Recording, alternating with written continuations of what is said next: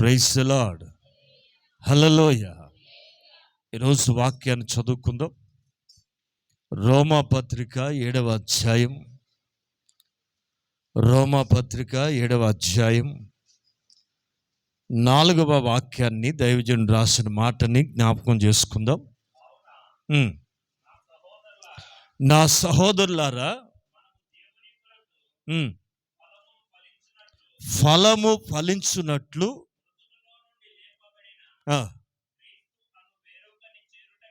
క్రీస్తుని చేరుట కొరకై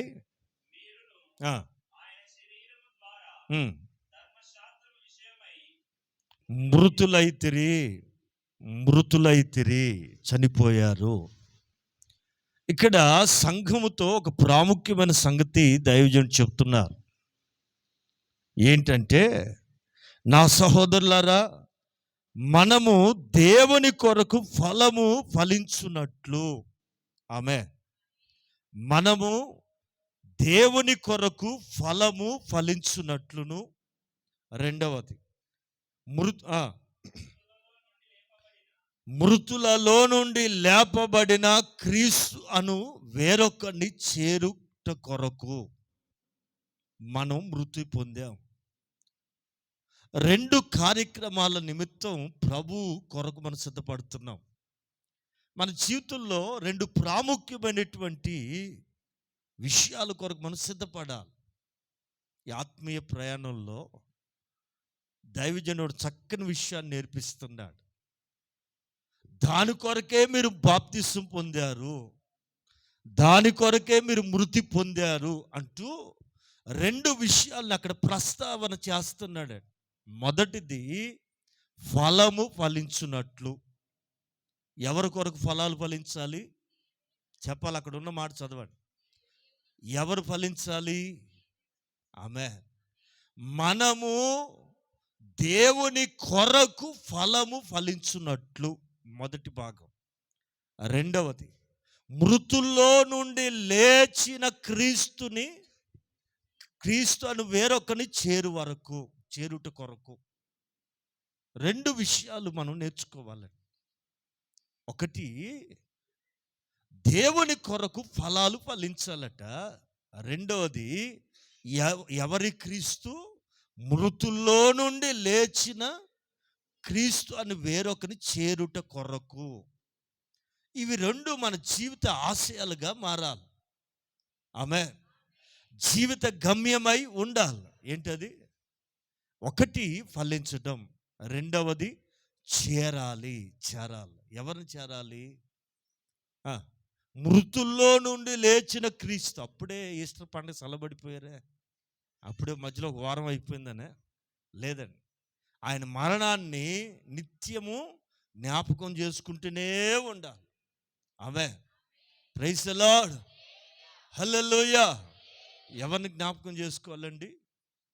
పునరుద్ధానుడైన యేసుని జ్ఞాపకం చేసుకోవాలి. చాలామంది సిలువ వేయబడిన స్థలాల్లో వెతుకుతున్నారు, సమాధుల్లో వెతుకుతున్నారు. కాదు, ఆయన చెప్పినట్లుగానే లేచిన దేవుడు. ఆయన అక్కడ లేడు, చెప్పినట్లుగానే తిరిగి లేచి ఉన్న దేవుడు. స్తోత్రం. హల్లెలూయా. పిల్లరా, ఒక చక్కని సందేశం మీతో చెప్తాను, మీరు శ్రద్ధగా ఆలకించాలి. మనం ఎందుకు బాప్తిసం పొందామో మనకు తెలియాలి. చాలామంది ఏమో నరకంతో అంటున్నారు, ఎందుకు వచ్చిన గొడవ, ఒకసారి మునిగిలేస్తే అయిపోయింది కదా అని అవగాహన లేకుండా మునగకూడదు. అవగాహన లేకుండా బాప్తిసం దగ్గర రాకూడదు. ఒకవేళ వచ్చి ఉన్నట్లయితే ఇప్పటికైనా దాని మర్మం, దాని విషయం మనకు తెలియాలి. ఏంటంటే, ఇక్కడ మనం ఎందుకు మృతులయ్యామో జ్ఞాపకం చేస్తున్నాడు పౌలు గారు. ఎందుకు బాప్తిసం అంటేనే సమాధి చేయబడటం. పాత మనిషి ఏమయ్యాడు? సమాధి చేయబడతాడు. చక్కగా రాస్తాడు పౌలు గారు. ఏమంటాడంటే 6వ అధ్యాయంలో రోమాపత్రిక 11వ వాక్యం చదువు. 6:11. పాపము విషయమై చనిపోయి, పాపము విషయమై మృతులుగాను, దేవుని విషయమై క్రీస్తునందు మిమ్మల్ని మీరే ఆమె బాప్తిస్మం అంటే పాపము విషయమై చనిపోయి దేవుని విషయమై క్రీస్తు యేసునందు మిమ్మల్ని మీరే సజీవులుగా ఎంచుకొనండి. ఆమె హల్లెలూయ హల్లెలూయ హల్లెలూయ. మళ్ళీ మనం సజీవులం. ఎందుకు అక్కడ పాతి పెట్టబడ్డామంటే ఆ రీజన్, ఆ కారణం మనకు తెలిసి ఉండాలి. ఆ విషయాన్ని పరిపూర్ణంగా గ్రహించాలని. ఎందుకు మృతులైతిమి, ఎందుకు చనిపోయాం అంటే ఇక రెండు విషయాలు పౌలు గారు సంఘానికి తెలియజేస్తున్నాడు. ఒకటి, ఫలము ఫలించాలి. ఎవరి కొరకు ఫలాలు ఫలించాలా? ఎవరి కొరకు ఫలాలు ఫలించాలండి? నీ ఫలాలు ఎవరి కొరకు? నీ ఫలాలు ఎవరి కొరకు అండి? ప్రియులారా, ఓ మామిడి చెట్టు ఉందనుకో, సీజన్లో విరగ కాసిందనుకో, ఆ ఫలాల మీద రైట్స్ ఎవరికి ఉంటాయో తెలుసా? ఆ చెట్టు నాటి నీళ్లు పోసి రాత్రి పగలు దాన్ని కాచి కాపాడినటువంటి ఆ చెట్టు యజమానికే దాని ఫలాలు ఉంటాయి, తినే హక్కు ఉంటుంది. కొంతమంది కొంటి పిల్లలు ఉంటారండి, తుండ్ర పిల్లలు ఉంటారు. వీడు ఏనాడు నీళ్లు పోసినోడు కాదు, దాన్ని ఎప్పుడు చూసినోడు కాదు. ఎప్పుడు కళ్ళు పడితే దాని మీద కాయలు నిండుగా కనబడితే సరే తినాలనిపిస్తే ఏం చేయాలా? ఆ యజమాని దగ్గరికి పోయా, 4 కాయలు కోసుకుంటాను బాబు అని అడుగుతాడా? అడగరు. దొంగ కాయలు అట్ట మహా టేస్ట్ అట్ట, దొంగ కాయలు. అందుకని ఏం చేస్తాడండి? రాయిచి కొట్టేస్తాడు, కర్ర పెట్టి కొట్టి చిత్ర హింసలు పెట్టి వాడికి కావాల్సినవన్నీ. పోనీ కొట్టి ఏమైనా మంచి కాయలు తెచ్చుకుంటాడా? మొహం పగిలిపోయిన కాయలు, ఇరిగిపోయిన కాయలు, కింద పడి చితికిపోయిన కాయలు.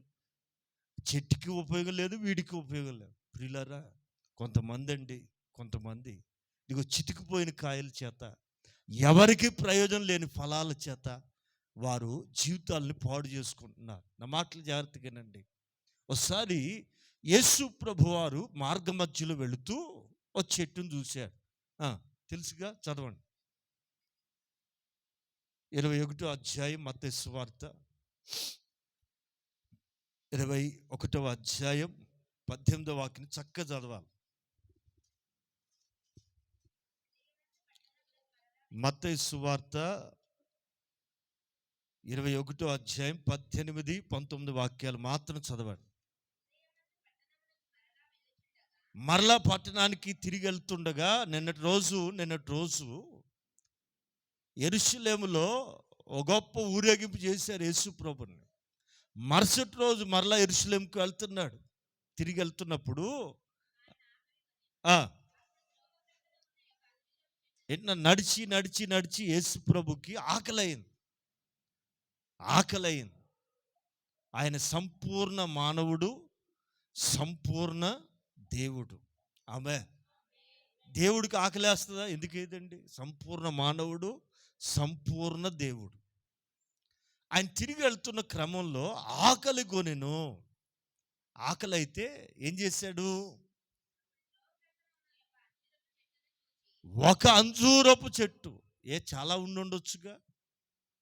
అక్కడ అంజూరపు చెట్టు ఉందంటే దాంతోపాటు మరికొన్ని కూడా ఉండొచ్చుగా. ఇప్పుడు చెట్టు నాటామనుకోండి, దాని పక్కన ఆటోమేటిక్గా ఏం వస్తాయి?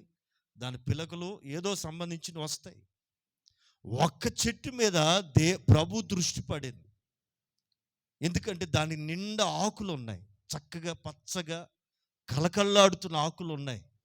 గనుక ఆ పచ్చటి చెట్టు మీద ప్రభు దృష్టి పడి, దీని దగ్గర ఖచ్చితంగా ఫలాలు ఉండే ఉంటాయి అనుకుని ప్రభు వెళ్ళి వెతికారు. దాని యొద్దకు రాగా ఏమి లేవు అటండి, ఏమి లేవు, ఆకులు తప్ప. కావలసింది లేదు.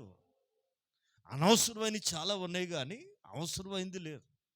చాలామంది అండి ఈ రోజున అవసరమైనవి ఉండవు, మరేముంటే అనవసరమైనవి చాలా ఉంటాయి. ఇప్పుడు మరి ఉంది, మార్తుంది.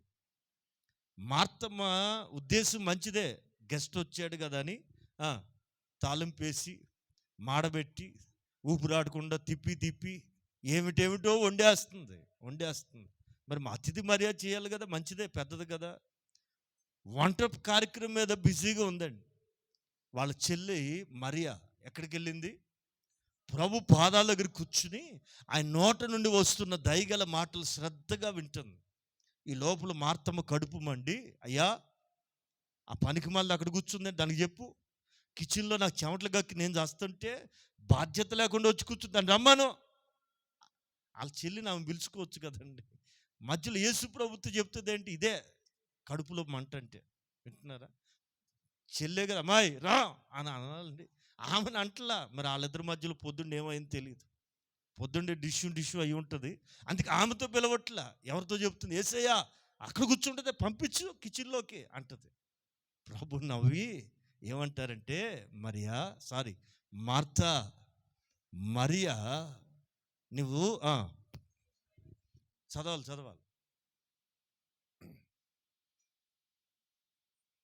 దొరకలా? లూకా సువార్త 10వ అధ్యాయం 30వ వాక్యం. త్వరగా 40వ వాక్యం. 10వ అధ్యాయం 40వ వాక్యం చదువుతున్నారండి, గమనించాలి. ఏ మినిస్ట్రీ అది? ఎప్పుడు పనే. ఈ మార్తమ్మ మినిస్ట్రీలు చాలామంది చేస్తారండి. మార్తట విస్తారమైన పనులు పెట్టుకున్న చేత తొందరపడి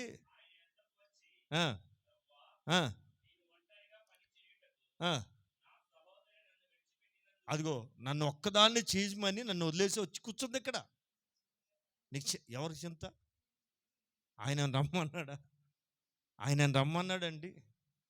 నీకు చింత లేదా?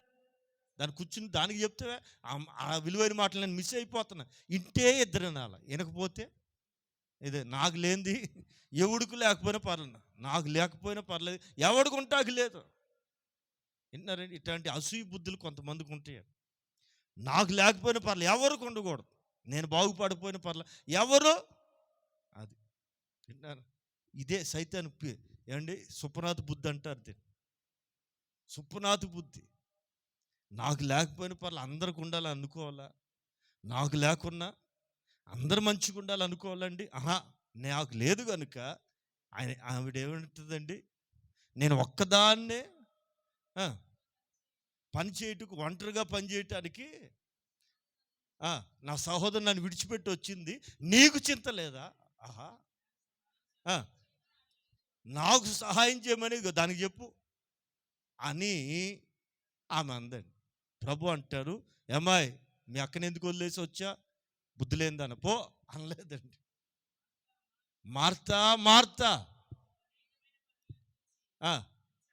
విచారం కలిగి ఉన్న అనేకమైన పనులు.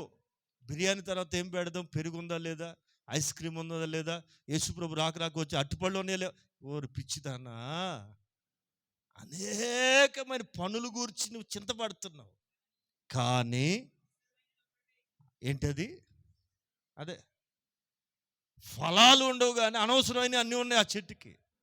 విన్నారండి? కావాల్సిన ఆ ఎన్ని ఆకులు ఉన్నాయేం కాదు, ఎన్ని ఫ్రూట్స్ ఉన్నాయి అనేది కావాలి. ఇక్కడ ఒక మంచి పాఠాన్ని మనం గమనిద్దాం. అవసరమైనవి కొన్ని ఉండాలి, అనవసరమైనవి తక్కువ ఉండాలి. అవసరమైనవి ఎక్కువ ఉండాలా, అనవసరమైనవి ఏమో తక్కువ ఉండాలి. ఈ అంజూరపు చెట్టుని ప్రభు దృష్టి ఆకర్షించడానికి కారణం, ఆకులు ఫుల్గా ఉన్నాయి, పచ్చగా ఉందండి. ఆ ప్రభు అనుకున్నారు, బాగా కాసు ఉంటుందిలే, ఇన్ని ఆకులు ఉన్న చెట్టు ఖచ్చితంగా కాపు కాసే ఉంటుందిలే అని చెప్పి ఆ చెట్టు దగ్గరికి వెళ్ళి చెట్టు మొత్తం తడివి చూశాడు. ఎక్కడ కూడా ఆ చెట్టులో ఒక్క ఫలం కూడా లేదు. రైట్, చదవాలి.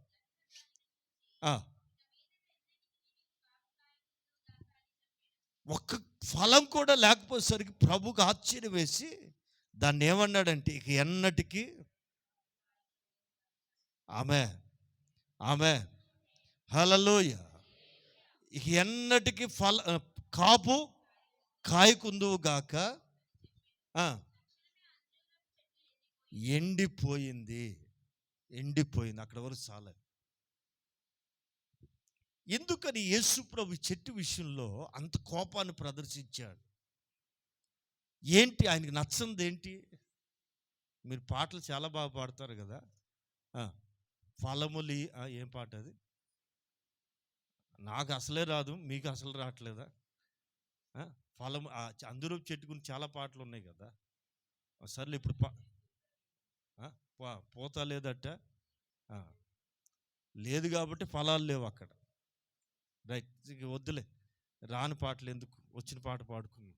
ప్రైజ్ ది లార్డ్, హల్లెలూయా. ఇక్కడ చక్కని విషయం గమనించండి. ప్రభు ఎక్స్పెక్టేషన్ తగ్గట్లుగా దాని దగ్గర ఏం లేవు చెప్పాలి, ఫలాలు. మనల్ని కూడా భూమి మీద నాటాడండి, ఒక మొక్కలాగా నాటుకున్నాడు. 30 ఏళ్ళు, 40 ఏళ్ళు, 25 ఏళ్ళు, 20 ఏళ్ళు మనల్ని పెంచి పోషిస్తున్నాడు ఈ భూమి మీద. మన నుంచి కూడా ఆయనకు ఒక ఎక్స్పెక్టేషన్ ఉందండి. ఆ ఎక్స్పెక్టేషన్కి తగినట్లుగా ఫలించావా నువ్వు ధన్యుడవు.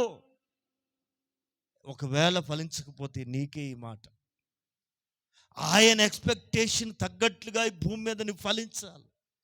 ఎవరిని బట్టో నువ్వు ఆగిపోకూడదు, ఎవరిని బట్టో కృంగిపోకూడదు, ఎవరిని బట్టో ఫలాలు ఫలించకుండా ఉండకూడదు. ఇది ఈవేళ ప్రభు మీతో స్పష్టంగా మాట్లాడడానికి కోరుకుంటున్న మాట. ఎవరిని బట్టో నువ్వు ఆగిపోకూడదు, ఎవరిని బట్టో నువ్వు కృంగిపోకూడదు, ఎవరిని బట్టో నీ ఫలాలు నిలిచి ఉండకుండా ఉండటానికి కారణం ఏంటంటే నీవు ప్రభు మీద ఆనుకోవట్లేదండి సరిగ్గా. మీకు తెలుసు కదా, యోహాను సువార్త 15వ అధ్యాయంలో ప్రభు చెప్పారు, మీరు బహుగా ఫలించుట వలన నా తండ్రి, చెప్పాలి గట్టిగా చెప్పాలి ఆ మాట. 15వ అధ్యాయం యోహాను సువార్త 8వ వాక్యం. ఆమేన్, హల్లెలూయా, హల్లెలూయా. మనం ఎలా ఫలించాలని కోరుకుంటున్నాడు యేసయ్య? ఎట్లా? ప్లెంటీ ఆఫ్ ఫ్రూట్స్, బహుగా ఫలించాలి, బహుగా. ఒక కోణంలో కాదండి, అన్ని కోణాల్లోంచి కొన్ని విలువైన విషయాల్ని మనం ధ్యానం చేద్దాం. పరిశుద్ధాత్ముడు మనకి సహాయం చేయనుగాక. స్తోత్రం, హల్లెలూయా, హల్లెలూయా. యేసు ప్రభు అంజూరపు చెట్టుని వెతికాడండి. ఆకులు తప్ప ఫలాలు లేకపోయేసరికి ఆయనకి బాధ అనిపించి చాలా బాధపడి ఒకే ఒక మాట అన్నాడు, ఇక ఎన్నటికీ నీవు ఫలించుకుందువుగాక. ఎంత బాధాకరం.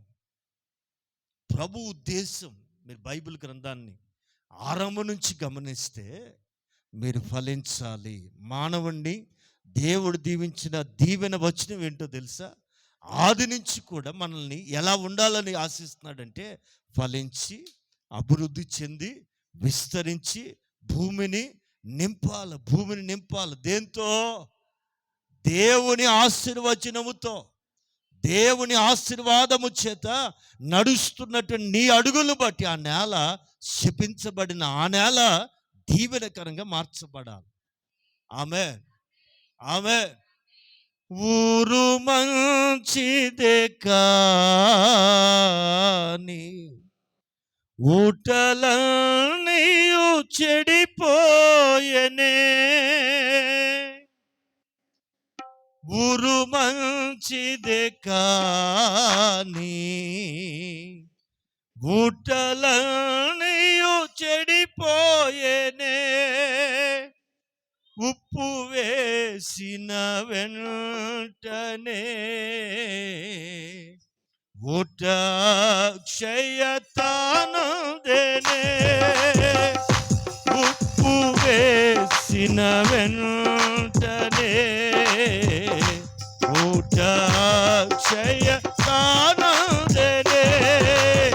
ఊహలు నాదు ఊటలు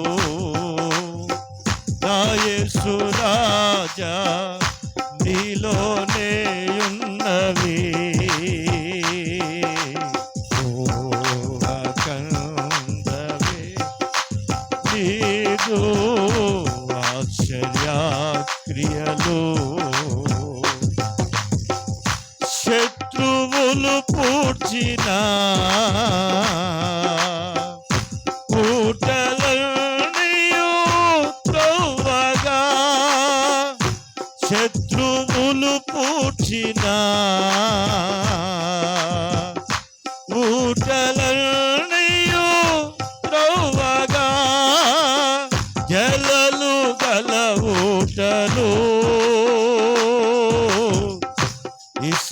ఇస్సాకునకు ఇచ్చినావు ఎలలు గలవుటలు.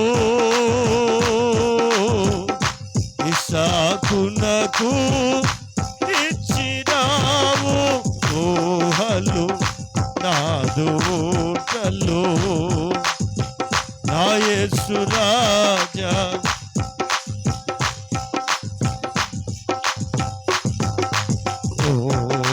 కందవే నీదు ఆశ్చర్యక్రియలు. కందవే నీదు ఆశ్చర్యక్రియలు. హల్లెలూయా హల్లెలూయా.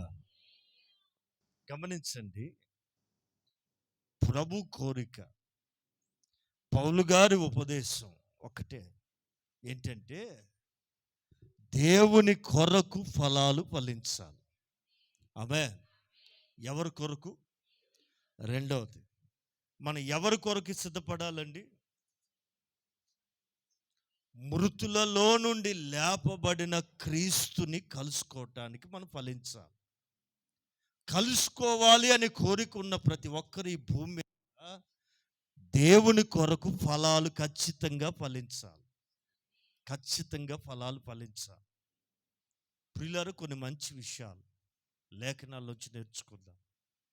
క్లుప్తంగా చెప్తాను, ఆలకించండి. సామెతల గ్రంథం 11వ అధ్యాయం 31వ వాక్యాన్ని చదువుదాం గట్టిగా. ఏ ఫలం? మనం చేసిన ప్రతి దానికి, ప్రార్థన కావచ్చు, ప్రయత్నమే కావచ్చు, ప్రయాసే కావచ్చు, భూమి మీద మనం ఏమవుతామంటే, చదువునన్న, భూమి మీద ప్రతిఫలము పొందుదురు.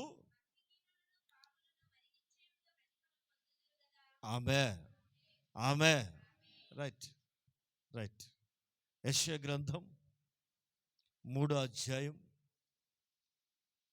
యెషయా గ్రంథం 3వ అధ్యాయం 10వ వాక్యం చదువుదాం.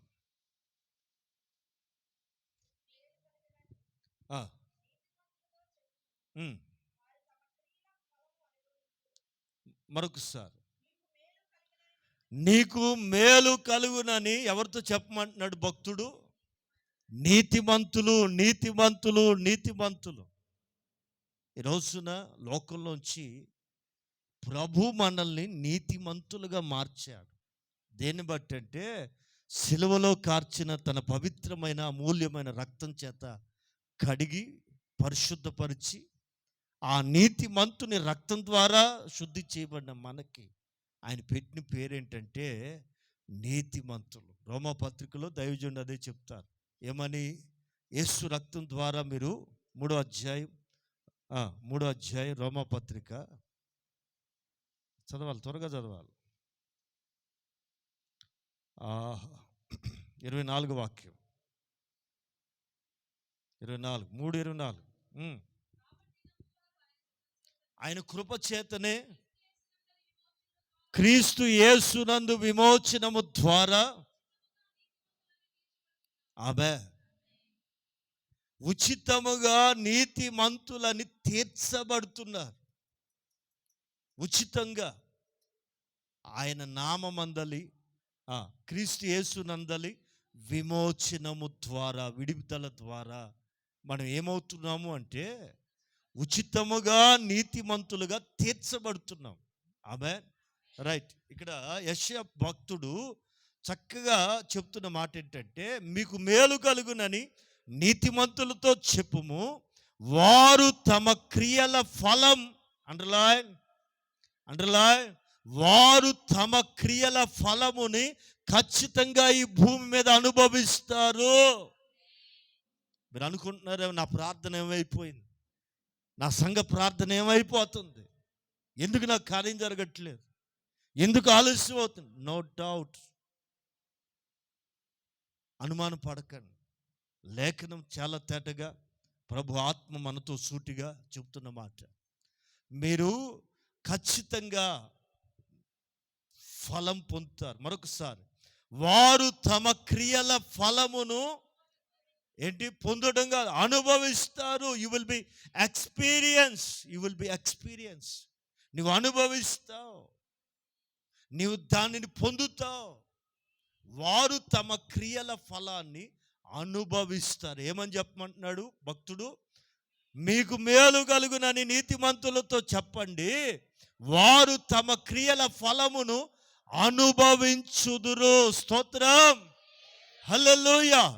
ప్రియులారా, మీ క్రియలు ఎక్కడికి పోలేరు.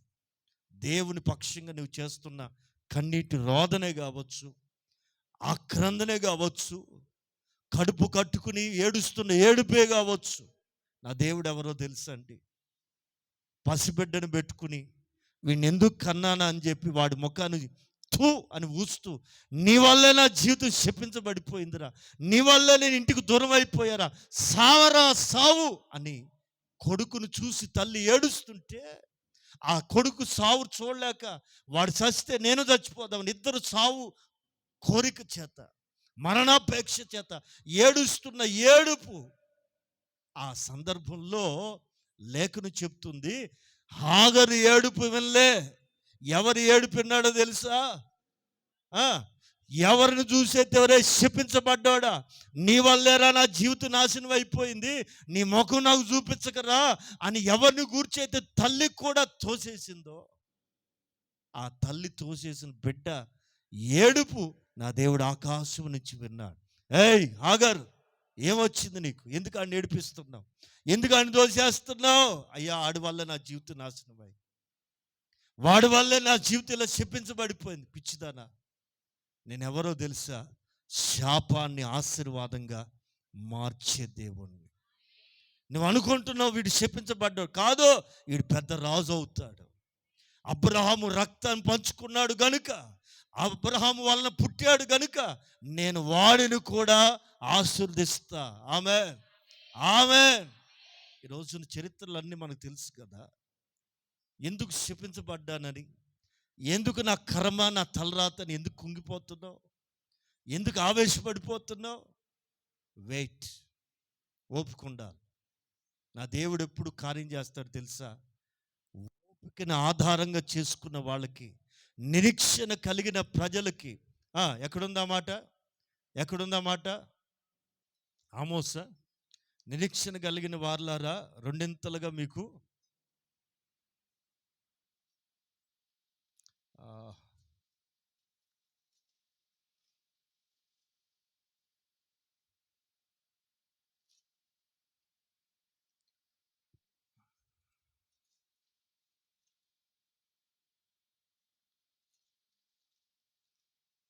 తెలుసు చదువు. రైట్. జకర్యా గ్రంథం 9వ అధ్యాయం 12వ వాక్యం. ఆమె అందరు బైబిల్ తీయాలి, ఆ మాట చదవాలి. జకర్యా గ్రంథం పేజీ నెంబర్ 781, పాత నిబంధన గ్రంథంలో. రైట్, చదవాలి. బంధకములలో పడి ఉండి, అదిగో బంధకాల్లో ఉండి కూడా ఏముండాల? బంధకములలో పడి ఉండి నిరీక్షణ గలవారలారా. ఆమేన్, ఆమేన్. బంధకముల్లో ఉండి కూడా నీవు కలిగి ఉన్నావే, ఒక రోజు వస్తుందని నువ్వు ఎదురు చూస్తున్నావే, నా దేవుడు ఉన్నాడని.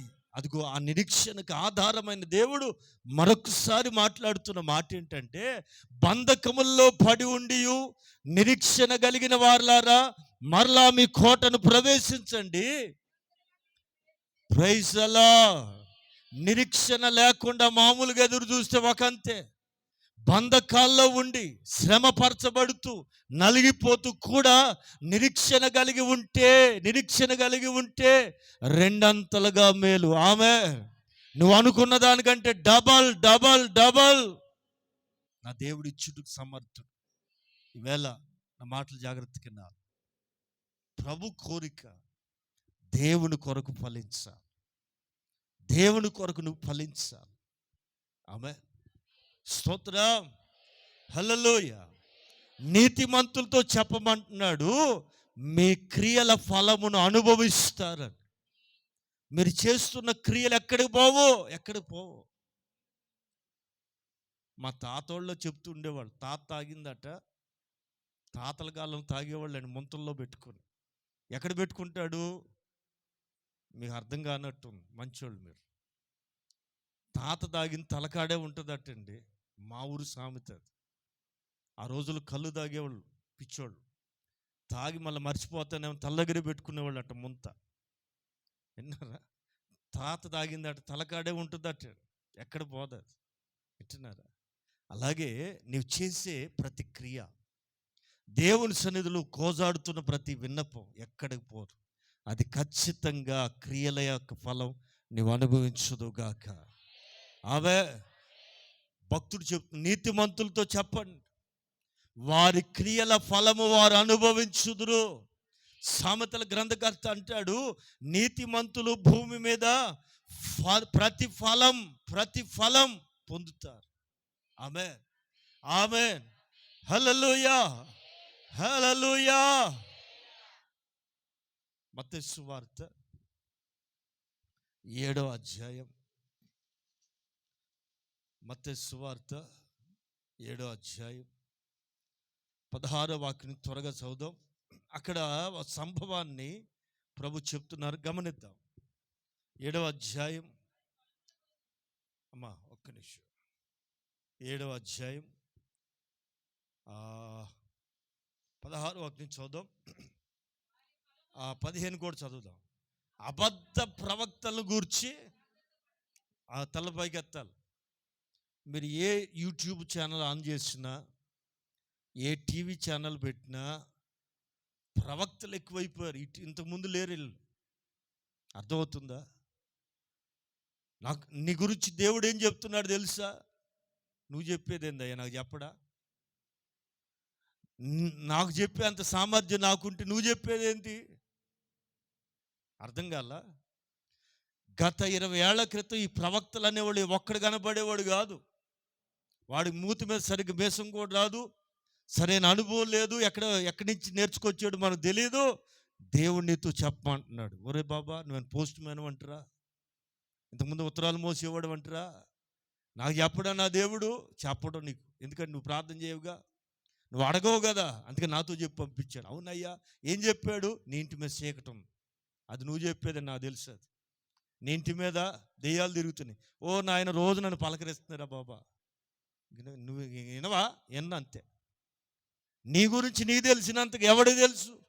ఆమె ప్రియులారా, ప్రవచనాలకి ఎగబడుతున్నారు, ప్రవక్తల వైపు పరుగులేడుతున్నారు. ప్రియులారా, ఏది నమ్మొద్దు, వాక్యం ఒక్కటే సత్యం. ఆమె నిన్ను గూర్చి నా దేవుడు చింతిస్తున్నాడు, నీ పట్ల కార్యాలు చేయటానికి ఆతురపడుతున్నాడు. ఆయన వదిలిపెట్టి ఎవడో నరాలాడే నరుడు మాట పట్టుకుంటావా?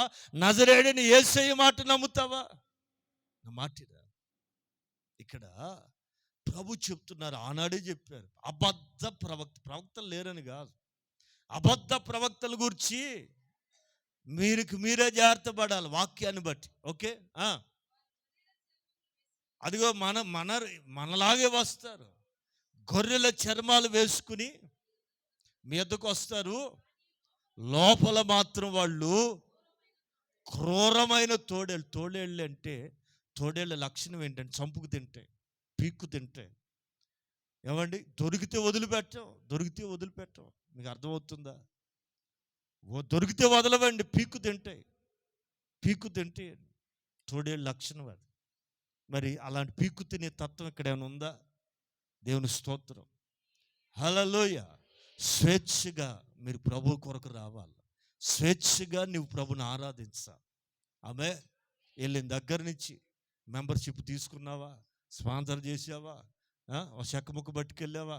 ఇంట్లో ఉన్నాయి 6 చెక్క ముక్కలు ఉన్నాయి. అయ్యా ఏం చేయ స్పాన్సర్ పీక్కు తింటాం. దేవుని పిల్లలారా, మనం మేలుకొని లేఖనాలు బట్టి నడుచుకునే రోజులు. డబ్బు ఇస్తేనో స్పాన్సర్ చేస్తేనే దేవుడు కార్యాలు చేసేవాడు కాదు. నా దేవుడు ఎవరంటే యథార్థముగా ప్రేమిస్తే ఆయన నిన్ను ప్రేమించే దేవుడు. అబే మంచి విషయాలు చెప్తాను వినాలి. ఇక్కడ ఒక చక్కని సంగతి చెప్తున్నారు, ఆలకిద్దాం. దొంగ ప్రవక్తల గురించి, అబద్ధ ప్రవక్తల గురించి మీరే జాగ్రత్త పడండి. వారు గొర్రె చర్మాలు వేసుకుని వస్తారు, కానీ లోపల క్రూరమైన తోడేళ్ళు. అదిగో వాళ్ళ దగ్గర ఏమున్నాయి? వాళ్ళ దగ్గర కూడా కొన్ని ఫలాలు ఉంటాయి. వారి ఫలముల వలన మీరు వారిని అండర్లైన్. వారి దగ్గర ఏ ఏ ఫలాలు ఉన్నాయో మీరు చూడాలా, మీరు గమనించాలి. ఓకే. ముళ్ళ పొదల్లో ద్రాక్ష ఫలములైనను, పల్లేరు చెట్టున అంజూరపు ఫలములైనను కోస్తారా? అండర్లైన్. మంచి చెట్టు మంచి ఫలములు ఫలించును, పనికి మాలిన చెట్టు. ఇదిగో ఈ ఒక్క మాటని వివరించి ముగిస్తాను వినాలి. మంచి చెట్టు, దాని పేరే మంచి చెట్టు. నేను మంచి చెట్టునండి అన్నవాళ్ళు ఒక స్తోత్రం చెప్పండి. చూసారా? ఎవరికి వాళ్ళకే డౌట్, నిజమే కాదా? నేను మంచి చెట్టు ఏంటి పాడు అన్నట్టు. ఇప్పుడు చెప్పండి, నేను మంచి చెట్టు అనుకున్న వాళ్ళే. యథార్థంగా చెప్పండి. రైట్. మరి పనికి మాల చెట్టు ఎవరు చెప్పండి? ఇప్పుడు ఒక్కళ్ళు చేస్తే దేవుని స్తోత్రం. అందరూ మంచి చెట్లు అయితే మరి ఫలాలు వేయి, నాకు రావాల్సిన ఫలాలు వేయి, దేవుని స్తోత్రం. ప్రియులారా, మంచి చెట్టు మంచి ఫలములను ఫలించును. పనికి మాల చెట్టు ఉందే, సరే దాని పేరే చెప్పరే, దాని పేరే పనికి మాలిన చెట్టు అట. అది పనికి మాల ఫలాలు కాదు, ఇంకా వరస్ట్ ఏంటి? కాని ఫలాలు అంటే పనికిరా. ఎందుకు పనికిరావాయి? ఎవడు కూడా చూడాలి అలాంటి కాని ఫలాలు. రైట్. కొన్ని మంచి మాటలు నేర్చుకుందాం. మంచి చెట్టు మంచి ఫలాలను ఫలించు. యేసు ప్రభువారు అన్నారు, నేను ఉత్తమమైన ద్రాక్షవల్లిని, తీగలు మీరు. నాలో ఫలించని ప్రతి తీగే తీసి పార వేయబడుతుంది. ఫలించు తీగే మరెక్కువగా ఫలించవల్లని, దానిలోని పనికి మాలిన, చదవాలి తెలిసిన మాటలే కదా. ఫలించు తీగే మరెక్కువగా ఫలించవలనని దానిలోని పనికి మాలిన తీగల్ని ఆమె కత్తిరిస్తాడు. ప్రభు యొక్క ఉద్దేశం మన పట్ల ఏంటంటే ఫలించే ఈ తీగే. మనమందరం ఎవరు? ఇంతకుముందు చెప్పారు మంచి చెట్టు అని. ఇప్పుడు చెప్పండి, నేను ఫలించే తీగని. ఆమె you are a branch. He's a vine and you are a branch. మీరు ఫలించే తీగలు. ఆయన ఉత్తమ ద్రాక్ష వల్లండి, మీరేమో తీగలండి. ఈ తీగలకి ఉండకూడదు ఏంటి? పనికి మాలినవి, పనికి రానివి. నేను చెప్పే కదా, అనవసరమైనవి మన దగ్గర ఉండకూడదు. అనవసరమైనవి. అంజూరపు చెట్టుకి అవసరమైన కాయలు లేవు, కానీ అనవసరమైన ఆకులు మాత్రం ఫుల్గా ఉన్నాయండి మన దగ్గర కూడా. బైబిల్ వాక్యము గూర్చి అడిగితే తడుముకుంటూ ఎత్తుక్కునే పరిస్థితి. అదే వార్తాపత్రికలు వార్తలు చెప్పమంటే పొరిగింటి పప్పు కూర తాలింపు లేని పులుసు గురించి చెప్పమంటే అయ్యి బాబోయ్ ఎంత బాగుండుద్దో అని A to Z మొత్తం చెప్తారే. ఈ అవసరమా అండి? పక్కింట్లో ఏం జరిగిందో, ఎదురింట్లో ఏం పోయిందో మనకు అవసరమా? అవసరమైంది ఒక్కటే. నా ప్రియులారా, లోకపు జ్ఞానం మనిషిని వెరితనాన్ని తీసుకెళ్తుంది.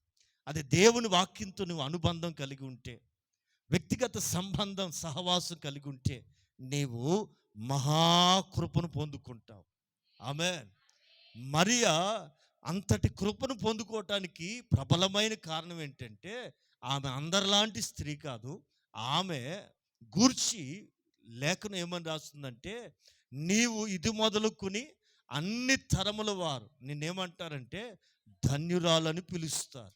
ఏమిటా ధన్యత అంటే, అమ్మా నీవు అందరిలాంటి కన్యకు కావు, అందరిలాగా నువ్వు పెరగలేదు. ఎలా పెరిగింది ఆవిడ? దేవుని కృప పొందుకునేటట్లుగా. యవన కాలంలోనే తన జీవితాన్ని దేవునికి సమర్పించుకున్న బిడ్డ. అంత మాత్రమే కాదు, దేవుడు వాడుకోవటానికి కూడా ఇష్టపడేటట్లుగా ఆమె ఎదిగింది, ఫలిస్తుంది. ఎంత వయసులో? మనోళ్ళ వయసును బట్టి ఫలిస్తారు కాదండి. ఆమె చూడండి, నిండు యవన కాలంలోనే బహుగా ఫలించింది. అందుకనే ఆమెని ప్రభు వాడుకోవటానికి ఇష్టపడ్డారు. ఆమె ఆమెని ధన్యురాలుగా మార్చడానికి ఇష్టపడ్డాడు. స్తోత్రం. రైట్. ఫలించు తీగే మరెక్కువగా ఫలింపవలనని ప్రభు కోరికండి అది. ఇంతవరకు మీరు ఫలించారు, ఇంకా ఆయన కోరుకుంటుందంటే ఇది చాలదు, ఇంకేం కావాలా? మరెక్కువగా ఫలించాలి. ఆమె ఆమె ఏ విషయాల్లో ఫలించాలి? ఏ విషయాల్లో ఫలించాలి? మీకు తెలుసు, ఒకటి ఆత్మ ఆత్మ ఫలమేమనగా, గలతి రిఫరెన్స్ చెప్పండి బాబా. గలతి 5:22 త్వరగా చదవండి. ఆత్మ ఫలమేమనగా ప్రేమ, సంతోషం, సమాధానం, దీర్ఘశాంతం, దయాళుత్వం, మంచితనం, విశ్వాసం, సాత్వికం. ఇటు వాటికి ఆమేన్. అక్కడ వరకు చాలు. ఈ ఫలాలకు విరోధమైన ఫలం ఏది పనిచేయదు. వింటున్నారా? ఆత్మలో ఒక ఫలం, ఆత్మలో ఎదిగితే. ఇంతకీ ఆత్మ ఎప్పుడు ఫలిస్తుంది? నీలో ఉన్న ఆత్మ ఫలభరితంగా ఉండాలంటే ఖచ్చితంగా పరిశుద్ధాత్మ అనే నీరు అవసరం. ఆమె చెట్టు బతకడానికి ఏం అవసరం అండి? గాలి ఎంత అవసరమో నీరు చాలా ప్రధానం. ఇంకా దాని ఆత్మీయ కోణంలో అర్థం చేసుకోగలిగితే నీరు పరిశుద్ధాత్ముడు గుర్తు. మరి నీతి సూర్యుడైన యేసయ్య వెలుగు ఈ మొక్కకి అవసరం. వెలుగు, ఇంకా గాలి. గాలి వింటున్నారా? గాలి, నీరు, ఎండ. ఓ మొక్క ఎదగడానికి, బలపడటానికి, ఫలించడానికి ఈ మూడు చాలా ప్రాముఖ్యం. ఆక్సిజన్, సారీ అంతేనా? మొక్కలు ఏం చేస్తారా? బైపీసీ వాళ్ళు చెప్పండి. ఏం తీసుకుంటే కార్బన్ డైఆక్సైడ్ తీసుకుంటారా? కార్బన్ డైఆక్సైడ్ తీసుకుని, అది చెట్లు లేకపోతే మన పరిస్థితి ఏసు రక్తం చేయం. అందుకని ఇంటికో చెట్టు, ఏమండి, దొడ్డుకో మొక్క పెట్టండి. రైట్. విషయం ఏంటంటే, వ్యర్థమైన దాన్ని తీసుకుని ఫలభరితమైన దాన్ని, అవసరమైన దాన్ని బయటికి ఇడుస్తున్న ఒక మొక్కే. మరి ఆధ్యాత్మికమైన తీగగా ప్రభుత్వం అంటుకట్టుకున్న ఈ తీగ ఎంతగా సమాజానికి కానీ, దేశానికి కానీ, ప్రపంచానికి కానీ, లేదా కుటుంబానికి కానీ ఎంతగా ఫలాలు ఫలించాలి? నువ్వేదో అనామకురాలు అనుకుంటున్నారేమో, ఎవడు గుర్తింపు లేని వ్యక్తిని అనుకుంటున్నారు. No no no no. సర్వ సృష్టి. మీకు మంచి మాట జ్ఞాపకం చేయనా? నాకు చాలా ఇష్టమైన మాట అండి. 127వ కీర్తనలో, మరి ఇంగ్లీష్ బైబిల్ కూడా తీసి పెట్టుకోండి. 127వ కీర్తనలో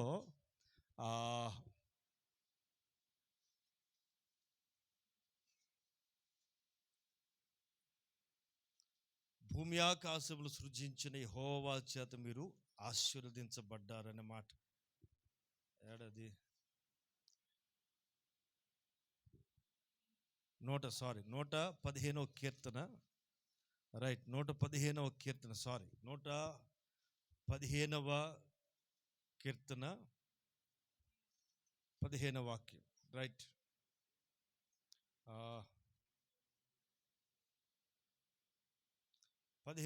115 ఇంగ్లీష్ 115 and 15. గట్టిగా be blessed by the lord. ఆమేన్. మళ్ళా ఫస్ట్ నుంచిరా. You may be blessed by the lord. అది మీరు దీవించబడ్డారు, ఆశీర్వదించబడ్డారు. ఎవరి చేత? ఎంత గొప్ప మాట తెలుసు అది. Who made the heaven and the earth. నిన్ను దీవించిన వ్యక్తి మామూలోడు కాదు. పరలోకాన్ని, ఈ భూమిని సృజించిన సృష్టికర్త చేత నువ్వు దీవించబడ్డావు. ఏం ఆధిక్యత, ఏం ఆధిక్యత. Amen, amen. నిన్ను దీవించిన వ్యక్తి సామాన్యుడు కాదు. Who made the heaven and the earth. భూమిని, పరలోకాన్ని సృజించిన దేవుని చేత నీ భూమి మీద దీవించబడుతున్నావు, ఆశీర్వదించబడుతున్నావు. రైట్. మనం మరలా వెళ్దాం. ఇక్కడ మీరు గమనిస్తే గలతీ పత్రికలో దైవజనుడు చెప్తున్నారు, ఆత్మ ఫలాలు ఫలించాలి. ఓకే, సరే. రెండవది మొదటి పేతురు పత్రిక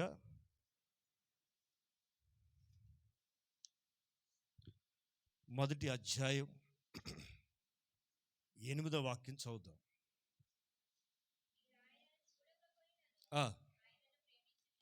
నోట్ చేయండి. మొదటిది ఆత్మఫలం.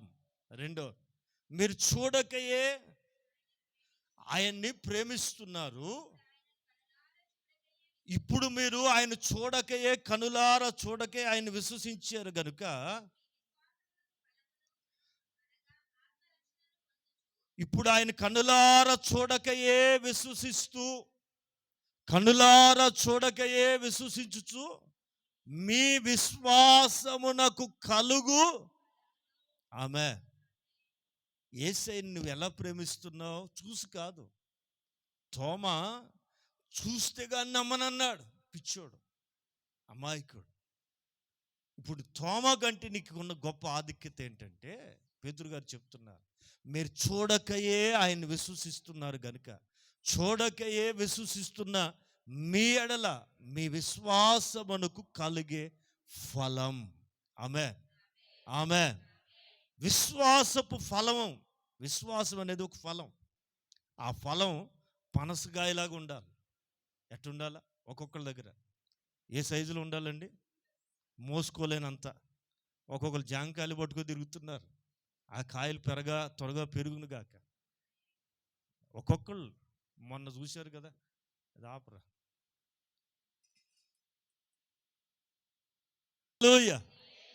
ఏమండి, చూడకయే విశ్వసిస్తున్న మీకు ఏం కలుగుతుంది?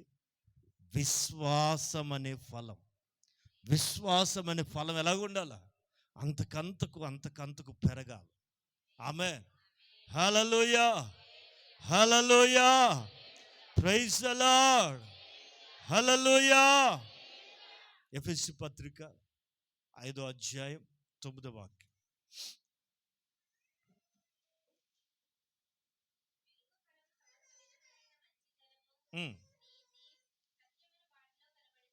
ఎట్లా? ఇదే ఫలం. దాని ముందు మాట కూడా 8 కూడా చదువున్నాను. మీరు ఒకప్పుడు చీకటై ఉంటిరి కానీ, చదవాలి. ఒకప్పుడు మీరేమై ఉన్నారు? చీకటై ఉంటిరి కానీ ఇప్పుడైతే, ఇప్పుడైతే ప్రభునందు ఏమై ఉన్నారు? చేతులెత్తి ప్రభుకు మహిమ చెల్లిద్దాం. ఒకప్పుడు చీకట్లో సినిమా హాళ్ళు చుట్టూ తిరిగిన మనల్ని, ఒకప్పుడు చీకట్లో మాయోపాయాల్లో చిక్కుబడిన మనల్ని, ఇప్పుడైతే ఇక్కడైతే ఎక్కడున్నావు? ప్రభువునందు వెలుగై ఉన్నారు. ఆమె, మీరు ఎక్కడున్నారండి? వెలుగులో ఉన్నాం, వెలుగులో ఉన్నాం. ఈ వెలుగులో నడిస్తే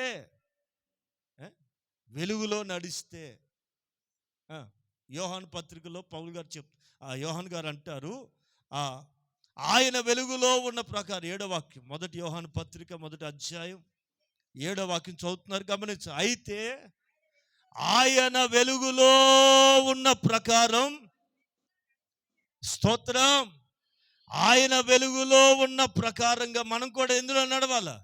వెలుగులో నడిచిన ఎడల, అదిగో ప్రభుతో మనం దగ్గరగా వెళ్ళిపోతాం, ప్రభుకు దగ్గర అవుతాం. ఎవరి రికమెండేషన్ అక్కర్లే. వెలుగులో నడిస్తే దేవుని సంబంధి, దేవునికి దగ్గరగా అవుతాం. అందుకే యోహాను భక్తుడు అంటాడు, ఆయన వెలుగులో ఉన్న ప్రకారం మనము కూడా వెలుగులో నడిచిన ఎడల ఆయనతో అన్యోన్య సహవాసము గలవారమై ఉంటాం. చాలా అక్కడికి. వెలుగులో నడిస్తే నువ్వు దేవునికి డీపెస్ట్గా అయిపోతావు, డీప్గా వెళ్ళిపోగలుగుతావు. అలా డీప్గా నడిచిన వాళ్ళ దగ్గర కూడా ఫలాలు ఉండాలి. ఏ ఫలం అది? రావాలా. ఎఫెసీ పత్రిక 5వ అధ్యాయం 9వ వాక్యంలో పౌలు గారు చెప్తారు, వెలుగు ఫలం. అది వెలుగులో నడిచిన వాళ్ళు ఈ ఫలం కలిగి ఉండాలి. ఆత్మఫలం, విశ్వాసపు ఫలం, వెలుగు ఫలం. మూడోది ఏంటిది? వెలుగులో నడిచే వాళ్ళకి ఫలం ఉంటుంది. వెలుగు ఫలం ఏంటంటే సమస్త విధమైన మంచితనం, నీతి, సత్యమను వాటి యందు కనబడుతుంది. ఆమేన్. 13వ వాక్యం, సమస్తమును ఖండింపబడి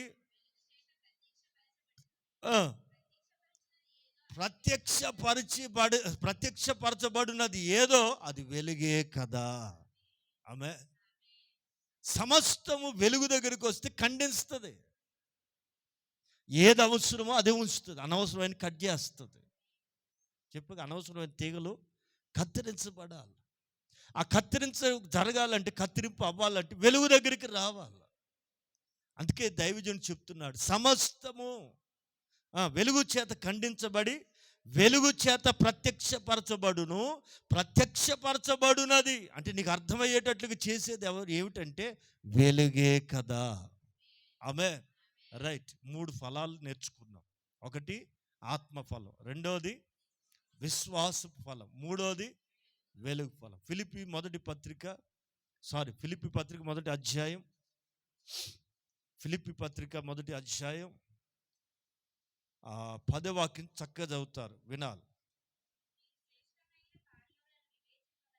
శ్రేష్టమైన కార్యములను వివేచింపగలవారగుటకు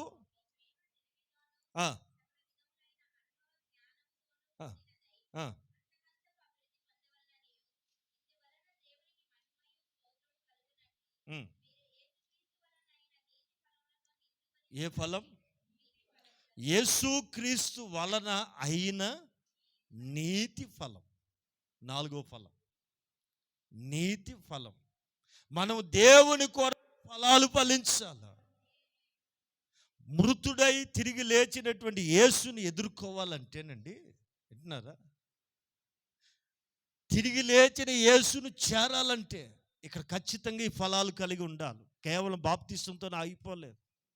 కేవలం బాప్తిస్మం అనేది మొదటి అనుభవం. బాప్తిస్మం అంటే క్రొత్తగా జన్మించిన అనుభవం. జన్మించిన వాడు ఎదగాలి, ఎదిగిన వాడు ఫలాలు ఫలించాలి. ఆమేన్. 4వ మాట నీతి ఫలం. ఈ నీతి ఫలం ఎవరి ద్వారా కలుగుతుంది? యేసుక్రీస్తు వలన కలుగుతుంది. రైట్. ఆ తరువాత హెబ్రీ పత్రిక 13వ అధ్యాయం 15వ వాక్యం.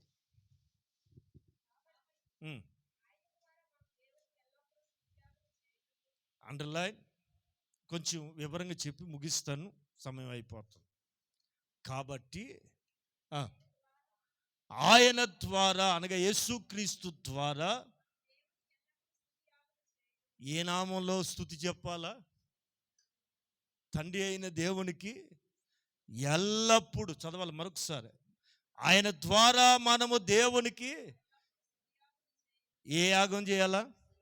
నూనె తగలబెట్టడం కాదు, నెయ్యి కారబోయటం కాదు. ఏ యాగం? స్తుతి అనే యాగము ఎప్పుడు చేయాలి? అందరూ చెప్పాలా? ఎప్పుడు నీ నోట ఏముండాలండి? స్తుతి. వింటున్నారా? మన నోట ఎప్పుడు ఉండాలా?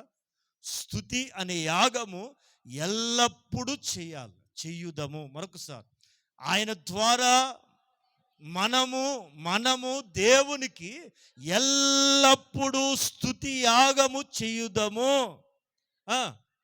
అనగా స్తుతి యాగం అంటే ఎట్లా చేయాలా? కేవలం శృతి. ఎప్పుడు శృతి కొడవలేనా? ఇంకేం లేదా? ఈ స్తుతిలో ఆయన నామాన్ని ఒప్పుకోవాలి. ఆమె యేసయ్య నామం పై నుండి పోయబడిన పరిమళ తైలం. ఆ నామములో ఉన్న వివరణ, యేసయ్యకి ఎన్నెన్ని నామాలు ఉన్నాయో వాటి నోటితో పలకాలి. అయ్యో 1000 నామాలు అంటున్నారే, 1000 నామాలు అంటున్నారే, ఆ నామాలన్నీ ఉచ్చరించాలి.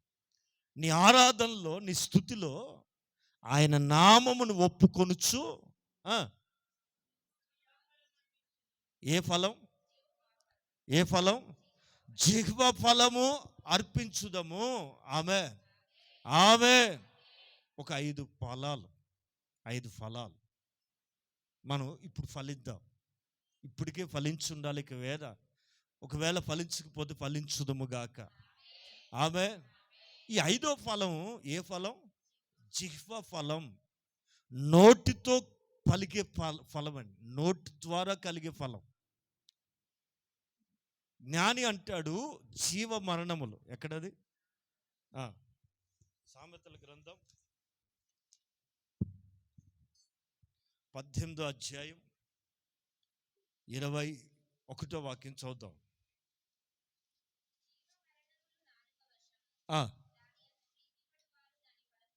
ఆమె జీవము మరణం నాలుక వశ్యం. వింటున్నారా?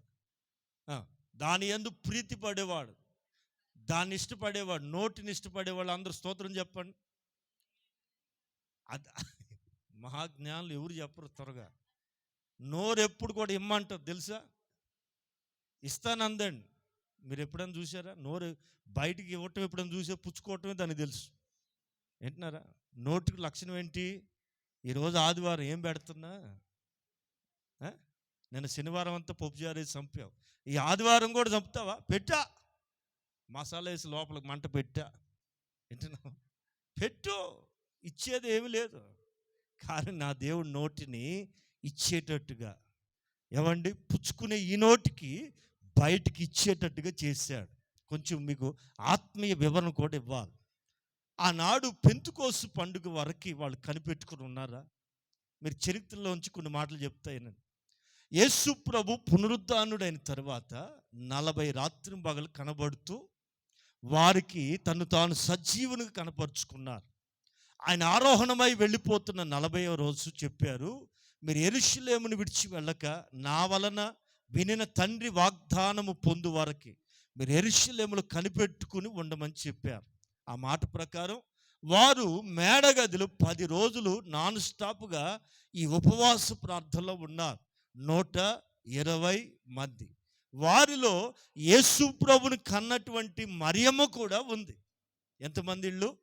120 మంది. దేని కొరకు వీళ్ళు కనిపెట్టుకుని ఉన్నారంటే, పై నుండి దిగి వచ్చి ఆత్మకి, ఈ ఆత్మను గూర్చిన అవగాహన వాళ్ళకి లేదు. ఏది? నోవాహు రోజుల్లో వర్షం వస్తుంది, ఎవడు నమ్మట్లా. అది ఎట్టుంటుందో తెలియదు కదా. నీళ్ళని అప్పటి వరకు చూడలేదు కనుక వర్షాన్ని నమ్మలేదు. వీళ్ళు కూడా ఆత్మ అంటే ఏదో అలా గాల్లాగా వచ్చేసి, శబ్దంలాగా వచ్చేసి వెళ్ళిపోద్దాం అనుకుంటున్నారు. అందుకని వాళ్ళలో ఒక అభిప్రాయం ఏంటంటే, ఆయన శబ్దమై వస్తాడని ఒకరు, ఆయన గాలి వలె వస్తాడని ఒకరు. 2 గుంపులు వాదన చేసుకుంటారు. ఎట్టుంటాడు అసలు, ఆత్మ ఎట్టుంటుందో, ఆత్మ అనుభవం ఎలా ఉంటుందో అని 2 వర్గాలుగా విడిపోయి 2 అభిప్రాయాలతో కలిసి ఉన్నారు వాళ్ళు. ఒక గుంపు ఏమంటుందంటే అగ్నిలాగా దిగి వస్తుంది అంటారు ఒకరు. లేదు గాలిలాగా వస్తుంది అంటారు. వింటున్నారా?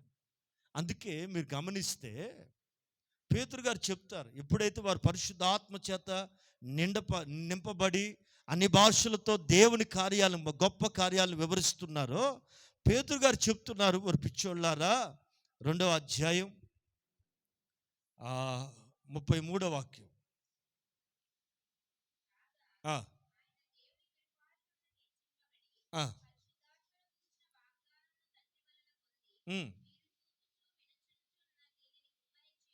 ఆమె ఒక గుంపు అంటది పావురం లాగా వచ్చాడండి. బాప్తిసం పొందినప్పుడు మేము చూసాము, పావురాకారంలా వస్తాడు పరిశుద్ధాత్ముడు అంటారు. మేము చూసాము పరిశుద్ధాత్ముడు కనబడతాడు అంటారు. లేదు స్వరంగా ఉన్నాడు. ఆ రూపాంతర కొండ మీద ఆయన మాట్లాడాడు, స్వరంగా వస్తాడని ఒక గుంపు ఏమో చూస్తాం ఆకారంగా వస్తాడని, ఒక గుంపు ఏమో శబ్దంగా వస్తాడని. ప్రియులారా, ఈ 2 వాదనలు కరెక్టే. అందుకే పేతురు గారు చెప్తున్నారు, ఇదిగో వీళ్ళ నోరు ఎప్పుడు మూయబడి ఎప్పుడు తీసుకునే ఈ నోటిని ప్రకటించేటట్లుగా చేశాడు. ఆమె ఈ నోరు ఫలం ఎప్పుడు దేవునికి అంగీకారంగా మార్చబడుతుందంటే, జిహ్వ ఫలము ఆయనకి అంగీకారం, ఇష్టమైన ఫలం. ఈ నోరు ఆయనకి జిహ్వ ఫలంగా మారాలంటే ఖచ్చితంగా పరిశుద్ధాత్మ చేత నిండుకోవాలి. స్తోత్ర. ఏ వ్యక్తి అయితే పరిశుద్ధాత్మ చేత నింపబడతాడో పెదవులు కాలుస్తాడు. పెదవులు అపవిత్రమైన పెదవులు ఏషియా పెదవుల్ని పవిత్రపరిచిన ఆ నిప్పు కొరివే పరిశుద్ధాత్మ గుర్తు. ప్రియులారా, అపవిత్రమైన మనుషుల మధ్యలో ఉన్నప్పుడు, అపవిత్రమైన జనాంగ మధ్యలో మనం బ్రతుకుతున్నప్పుడు మన పెదవులు, మనమే కాదు మన పెదవులకు కూడా అపవిత్రం కావటానికి వీల్లేదు. మనం పరిశుద్ధపరచబడే క్రమంలో ఇన్పుట్ ఏదైతే ఉందో లోపలికి వెళ్ళే ద్వారానే ఆయన మొదట మారుస్తాడు. ఆమె లోపలంతా క్లీన్ అవ్వాలంటే ఏది మొదట క్లీన్ అవ్వాలా? ఆమె ఆమె ఏదైతే మొదటి డోర్ ఉందో దాన్ని సరి చేస్తే ఇల్లంతా కాపాడబడుతుంది. అందుకని పరిశుద్ధాత్ముడు ఒక వ్యక్తిని సంధించిన తరువాత మొట్టమొదట ఆయన కంట్రోల్లో తీసుకునేది ఏంటంటే నోరు మారుతుంది. ఈ నోరు ఎంతసేపు పుచ్చుకునే నోటిని బహిరంగంగా బయటికి తీస్తున్నాడు. అప్పుడు వారు అన్య భాషలతో, ఆమె గ్రహింపజాలనటువంటి మర్మాలతో వారు బయటికి మాట్లాడటం, గొప్ప శబ్దంతో వారు మాట్లాడటం, దేవుని కార్యాలను వివరించటం వారు కనులారా చూశారు. అందుకే పేతురు గారు చెప్తున్నారు, ఇదిగో మీరు చూచుచు వినుచున్న, ఆమె మీరు చూస్తున్న ఈ అనుభవాన్ని ఆయన మన మధ్యలో కుమ్మరించి ఉన్నాడు. ఏం చూశారు వాళ్ళు? ప్రియులారా, మన నోట ఎల్లప్పుడూ 5వ ఫలం చాలా ప్రాముఖ్యం. చెప్దాం మరలా. ఆత్మఫలం, విశ్వాసపు ఫలం, నీతి ఫలం, వెలుగు ఫలం. 5వ చెప్పండి. ఏ ఫలం ఉండాలి నీ దగ్గర? 5 ఫలాలు. చాలా ఉన్నాయి కానీ ఒక 5 పట్టుమని, ఒక 5. జిహ్వ ఫలం అనేది చాలా ప్రాముఖ్యం. నీ నోరు మౌనంగా ఉండకూడదు, ఒక తినేటప్పుడు తప్ప, నిద్రపోయినప్పుడు తప్ప. నీ నోట ఎప్పుడు ఏముండాలండి? కృతజ్ఞతాస్తుతి. మళ్ళీ చదువుతారా? నాకు చాలా ఇంప్రెస్ చేసిన మాట చదవాలా, ముగిస్తున్నాను. హెబ్రీ పత్రిక 13వ అధ్యాయం 15వ వాక్యం. దేవునికి ఎల్లప్పుడూ ఏ యాగం? స్తుతి యాగం. అంటే అర్థం ఏంటి? అనగా ఆమె ఆయన నామాన్ని, ఎన్ని రకాల నామాలు ఉన్నాయి వాటిని మన నోటితో ఒప్పుకొనుచు ఆమె జిహ్వ ఫలం అర్పించాలి. ఆయన కొరకు మనం ఫలములు ఫలించి మృతుల్లో నుండి లేచిన యేసు అని వేరొకరిని చేరుటకు సిద్ధపడుదుము గాక. చేరుటకు మనం సిద్ధపడుతున్నట్లయితే ఈ 5 రకాల ఫలాలు నీతిమంతుడు భూమి మీద ఖచ్చితంగా ఫలం పొందుతారు. వారి క్రియల ఫలం అనుభవిస్తారు. దేవుడి మాటలు మీ హృదయాల్లో ముద్రించి ఫలింపచేయునుగాక. ఆమేన్.